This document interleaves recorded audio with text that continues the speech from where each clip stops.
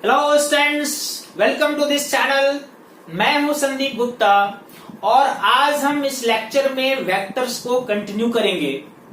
Vector में हमने last lecture में इंट्रोडक्टरी उसका कॉन्सेप्ट समझा था। वेक्टर्स है क्या, कितने टाइप के वेक्टर्स होते हैं, उसके अपने प्रॉपर्टीज क्या क्या हैं, वो हमने लास्ट लेक्चर में किया था। ठीक है, आई होप आपने वो लेक्चर देखा है और अगर नहीं देख पाए हो तो डिस्क्रिप्शन में उसका लिंक होगा, वो एक बार जरूर देख लेना। ठीक है, आज के इस लेक्चर में मैं आपको बताऊंगा वेक्टर को कैसे ऐड करते हैं या सब्ट्रैक्ट करते हैं। ठीक है, this lecture is about addition and subtraction of vector. इसमें दो लेक्चर होंगे।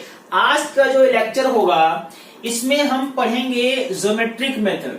ठीक है, ज्योमेट्रिक मेथड से हम कैसे ऐड करते हैं और उसके क्या क्या तरीके और क्या प्रॉपर्टी हो सकता है वो समझेंगे पहले। उसके बाद नेक्स्ट में हम एनालिटिकल मेथड देखेंगे ऐड करने का, जिसमें एक आपको फॉर्मूला मिलेगा कैसे दो या दो से ज्यादा वेक्टर को आप ऐड कर सकते हो। आज हम इसको ज्योमेट्रिकली एडिशन और सब्ट्रैक्शन को इस लेक्चर में समझेंगे। ठीक है, तो स्टार्टिंग से एंड तक देखो वीडियो, है ना।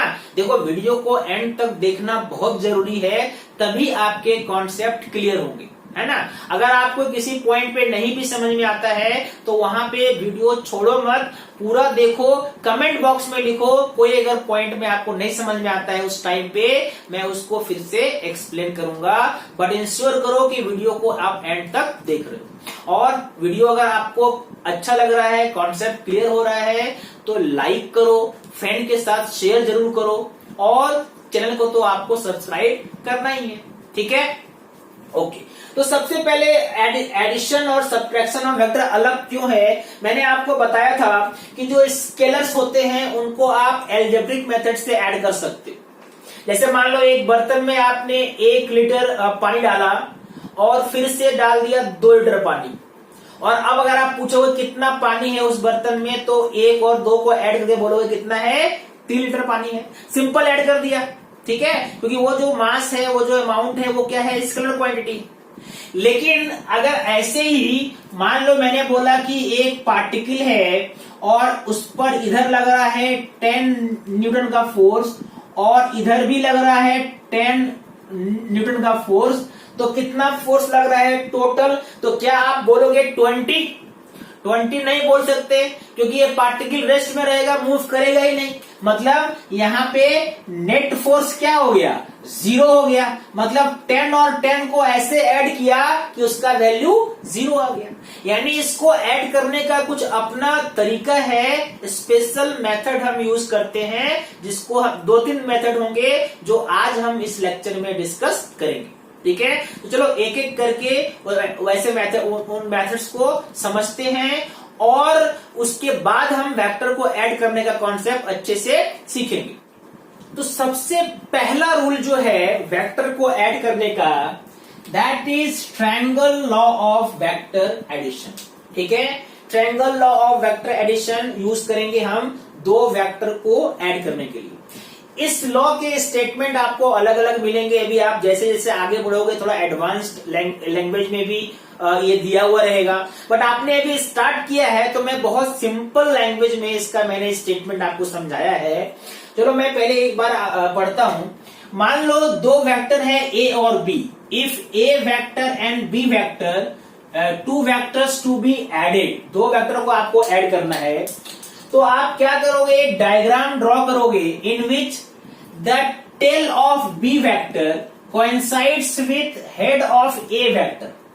ठीक है, the vector joining the tail of A vector to the head of B vector is the vector sum of A vector and B vector. ये भी आपको बहुत अच्छे से समझ में आएगा, है ना। थोड़ा पेशेंस रखो। पहले इसका मतलब देखो, इसका कहने का मतलब क्या है। अगर मैंने आपको ये 2 वेक्टर लिया, मान लो कि एक वेक्टर ये है ए वेक्टर। ठीक है, जब मैं बोलता हूं ये लाइन ए वेक्टर को रिप्रेजेंट करता है, इसका मतलब क्या होता है, इस लाइन का जो लेंथ है वही इस वेक्टर का मैग्नीट्यूड है। ठीक है, मैंने समझाया था ना लास्ट लेक्चर में। और जो एरो है वो इसका डायरेक्शन बताता है। तो मान लो कि ये ए वेक्टर है और दूसरा ये है बी वेक्टर, ठीक है। बी वेक्टर का इसका जो लेंथ होगा वो बी का मैग्नीट्यूड होगा और एरो इसका अपना डायरेक्शन बताता है। इन दोनों को आपको ऐड करना है मान लो। तो कहता है क्या कि ये जो पॉइंट है इसको बोलते हैं टेल ऑफ वेक्टर और जिधर एरो होता है वो क्या है, हेड ऑफ वेक्टर। तो कहता है ऐसा डायग्राम ड्रॉ करो कि बी वेक्टर का टेल ए वेक्टर के हेड के साथ कोइंसाइड करे।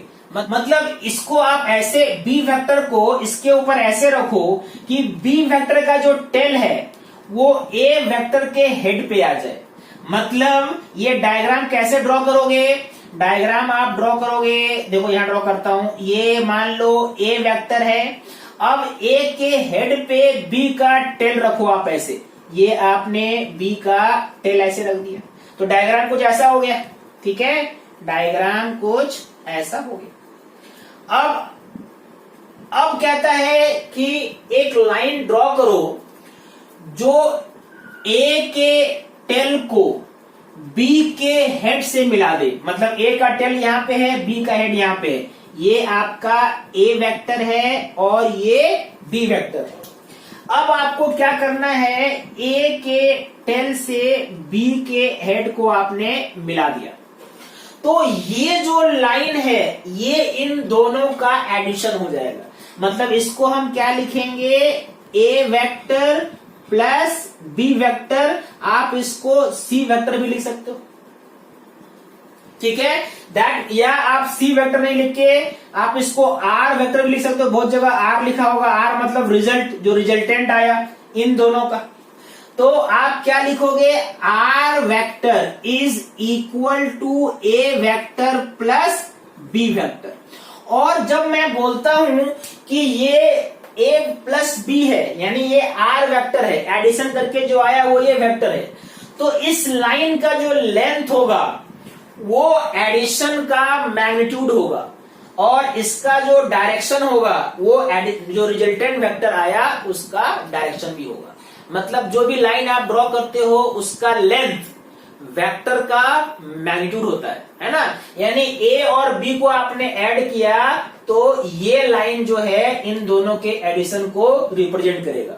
जितना इस लाइन का लेंथ होगा उतना ही एडिशन का मैग्नीट्यूड होगा, ठीक है। समझ में आई बात। यानी इस लॉ में सबसे खास बात क्या है कि अरेंजमेंट ऐसा होना चाहिए कि एक वेक्टर के हेड पे दूसरे वेक्टर का टेल हो ऐसा, ठीक है।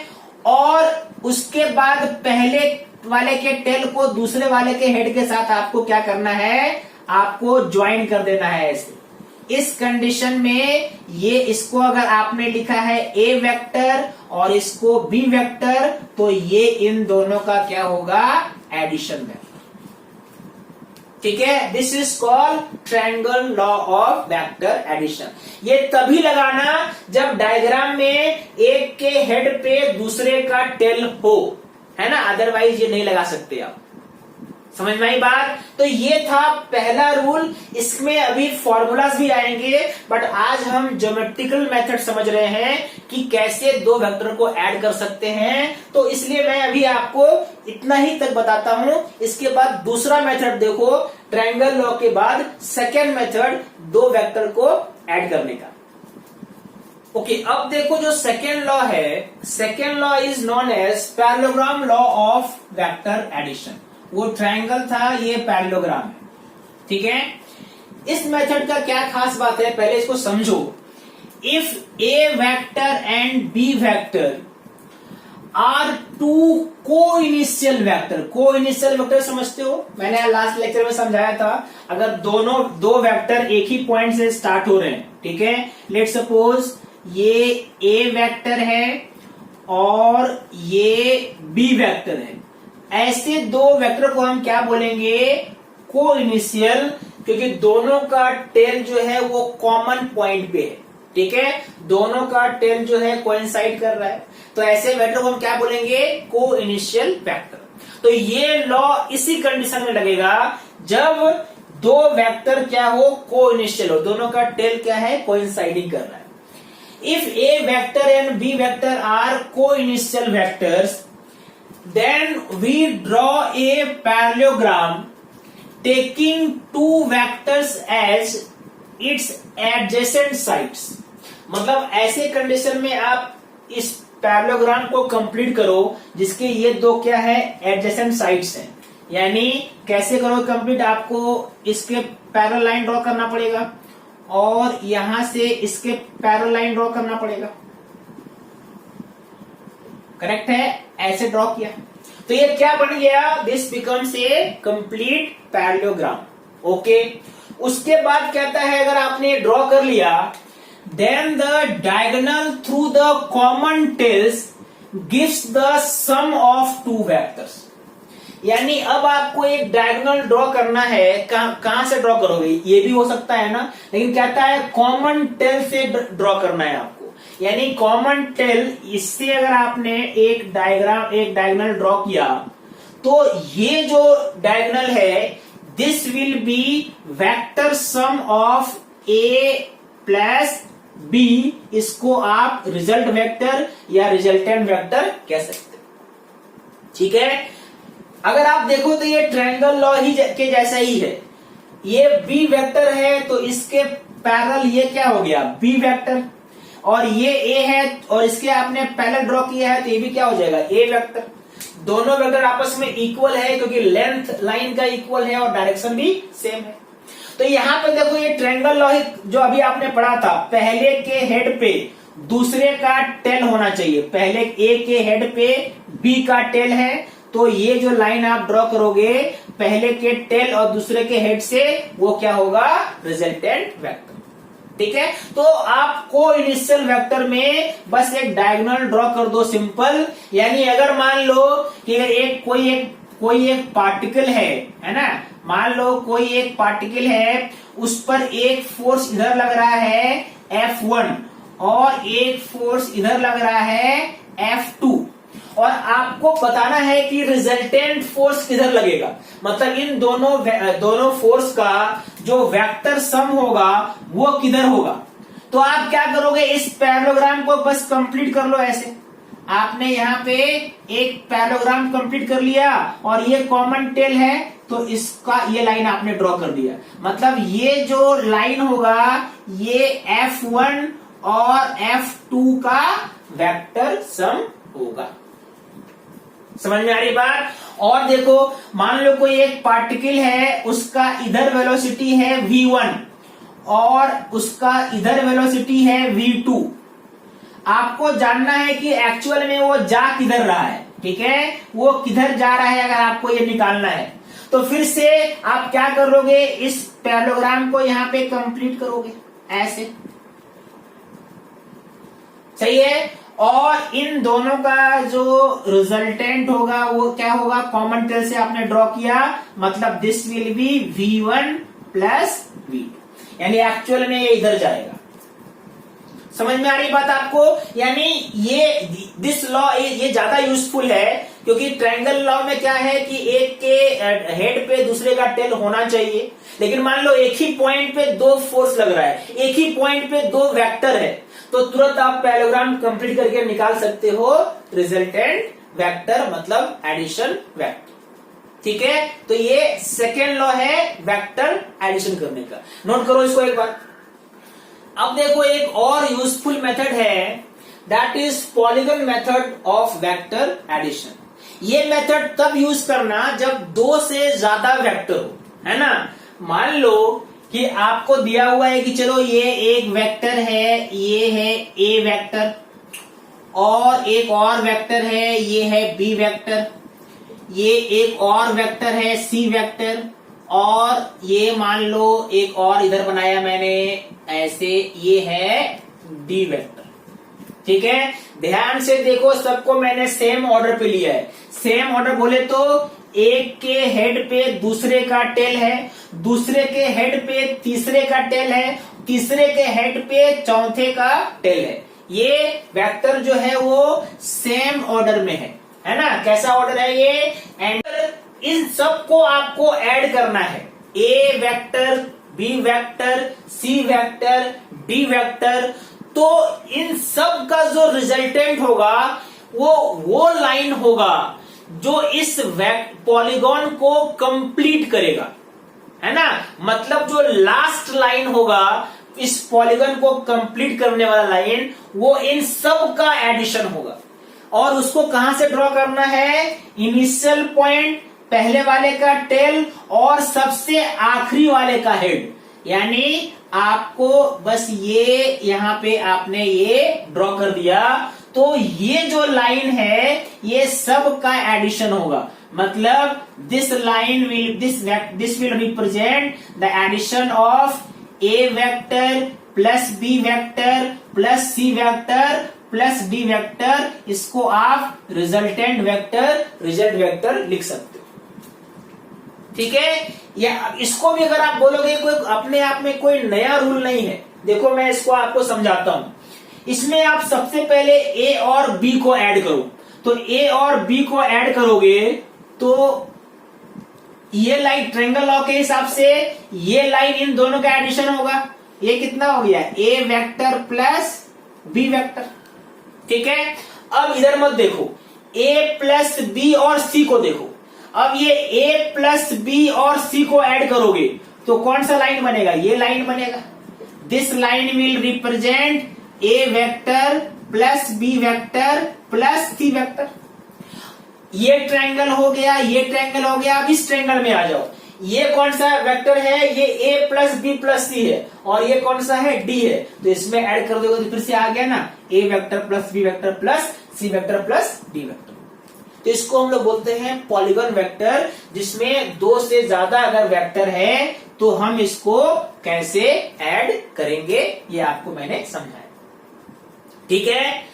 एडिशन के बाद आपको ये भी जानना चाहिए कि वेक्टर को कैसे सब्ट्रैक्ट करेंगे, सब्ट्रैक्शन ऑफ वेक्टर, ठीक है। ये कुछ अपने आप में अलग नहीं है। जब आपको ए वेक्टर में बी वेक्टर करना हो सब्ट्रैक्ट, तो इसको एडिशन के टर्म में ही लिखो। क्या लिख सकते हैं?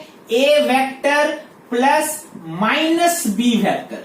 देखो, यानी सब्ट्रैक्शन को आपने एडिशन बना दिया, और एडिशन का ही कॉन्सेप्ट आप यहां पे यूज करोगे। लेकिन एडिशन किसको करना है? ए वेक्टर को और बी वेक्टर के नेगेटिव वेक्टर को। नेगेटिव वेक्टर का कॉन्सेप्ट भी मैंने लास्ट लेक्चर में आपको समझाया था। यानी ए और बी को आप नहीं ऐड करना है। ए वेक्टर में अगर आपने बी वेक्टर का नेगेटिव वेक्टर ऐड कर दिया तो क्या मिलेगा? A vector minus B vector. Example देखो, मान लो कि आपके पास एक वेक्टर है, ये मान लो मैंने लिया ए वेक्टर, ठीक है। This is a vector. और एक दूसरा वेक्टर है, ये है बी वेक्टर। निकालना क्या है आपको? निकालना है A vector minus B vector. तो किसका नेगेटिव लोगे? ए या बी का? जाहिर है कि हम बी का नेगेटिव लेंगे। तो जब बी वेक्टर का नेगेटिव लेने का मतलब क्या है कि बी वेक्टर के अपोजिट उतना ही लेंथ का आप एक वेक्टर ऐसे ड्रॉ करो। ये कौन सा वेक्टर हो गया? Minus B vector. अब आपको इसको नहीं ऐड करना है, अब इन दोनों को ऐड कर दो ट्रायंगल लॉ से। देखो, एक के हेड पे दूसरे का टेल है, तो जाहिर है कि ये लाइन जो ड्रॉ करोगे, this line is addition of A vector minus B vector. तो ये क्या हो जाएगा? A vector minus B vector. इसको आप रिजल्टेंट वेक्टर लिख सकते हो। यानी ऐसे ये अगर यहां पे अगर आपने लाइन ड्रॉ किया होता, अगर आपने ये लाइन ऐसा ड्रॉ किया होता जैसे अभी आपने पहले किया है, तो ये क्या होता? ये होता ए प्लस बी, क्योंकि इस कंडीशन में आपने ए और बी को ऐड किया। लेकिन अभी आप ए और माइनस बी को ऐड कर रहे हो, तो ये लाइन जो होगा, ये लाइन क्या होगा? ए वेक्टर माइनस बी वेक्टर, ठीक है। ट्रायंगल लॉ मैंने यूज किया। अगर आप बोलोगे पैरेललोग्राम लॉ से, तो उसको भी समझ लीजिए। मान लो कि दो वेक्टर है, ये ए वेक्टर है और ये बी वेक्टर है। दोनों वेक्टर क्या है? को इनिशियल है, और आपको निकालना है A vector minus B vector. फिर से आप देखो, ये A है और ये B है, तो किसका नेगेटिव ड्रॉ करोगे? आप B का नेगेटिव ड्रॉ करोगे, तो B का आपने नेगेटिव ड्रॉ किया, this is B vector minus B vector. और चूंकि को इनिशियल है तो आप क्या करोगे, इस एक पैरेललोग्राम यहां पे कंप्लीट करोगे, इन दोनों को एडिशन साइड लेते हुए ऐसे आपने कंप्लीट किया। इन कैसे लेते हैं रिजल्टेंट? जो कॉमन टेल है वहां से डायगोनल ड्रॉ करते हैं, यानी ये कॉमन टेल है तो ये डायगोनल ड्रॉ करेंगे, तो ये डायगोनल क्या हो जाएगा? A vector minus B vector.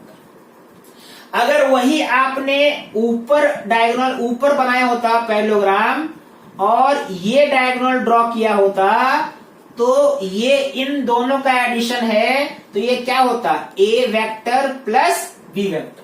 मैंने दोनों एक डायग्राम में बनाया ताकि आपको समझ में आए कि ये जो है दिस इज एडिशन वेक्टर, ये क्या है? एडिशन वेक्टर है, और ये क्या है? Subtraction vector. तो ज्योमेट्रिकली आपको समझ में आना चाहिए एडिशन और सब्ट्रैक्शन। इस कॉन्सेप्ट से आपको ये समझ में आ गया एडिशन क्या है और सब्ट्रैक्शन क्या है। मैंने यहाँ पे ट्रायंगल लॉ यूज किया और यहाँ पे पैरेललोग्राम लॉ यूज किया। ठीक है, कॉन्सेप्ट थोड़ा थोड़ा क्लियर हुआ, थोड़ा फील आ रहा है आपको? देखो अभी हम फॉर्मूला नेक्स्ट लेक्चर में निकालेंगे, जब हम एनालिटिकल मेथड देखेंगे, फॉर्मूला डिराइव करेंगे। अभी ज्योमेट्रिकली कैसे रिप्रेजेंट करते हैं ये जानना बहुत ही जरूरी है। ठीक है, अब आप एडिशन की कुछ प्रॉपर्टीज को देखते हैं। वेक्टर एडिशन के कौन कौन से प्रॉपर्टीज होते हैं? देखो वेक्टर एडिशन के दो प्रॉपर्टीज हैं इंपॉर्टेंट। पहला है वेक्टर एडिशन इज कम्यूटेटिव और दूसरा है वेक्टर एडिशन इज एसोसिएटिव। ठीक है, कम्यूटेटिव और एसोसिएटिव आपने पहले लोअर क्लासेस में पढ़ा है। कम्यूटेटिव कहने का मतलब क्या हुआ कि अगर आप ए वेक्टर प्लस बी वेक्टर करते हो तो ये इक्वल होगा बी वेक्टर प्लस ए वेक्टर। ठीक है, कहने का मतलब जो लाइन ए वेक्टर प्लस बी वेक्टर को करेगा रिप्रेजेंट, वही लाइन बी वेक्टर प्लस ए वेक्टर को भी रिप्रेजेंट करेगा। ठीक है, कैसे? देखो, मान लो मैंने ए वेक्टर लिया और ये लिया बी वेक्टर, दोनों क्या है? कोइनिशियल है। तो ए प्लस बी निकालने के लिए आप क्या करोगे? पैरेललोग्राम को कंप्लीट करोगे। तो ये बी के पैरेलल है तो ये बी हो गया, ये ए के पैरेलल है तो ये ए हो गया। तो मुझे बताओ ए प्लस बी वेक्टर क्या होगा? ए प्लस बी निकालने के लिए आप ये डायगोनल ड्रॉ करते हो, ये क्या हो गया? ए वेक्टर प्लस बी वेक्टर।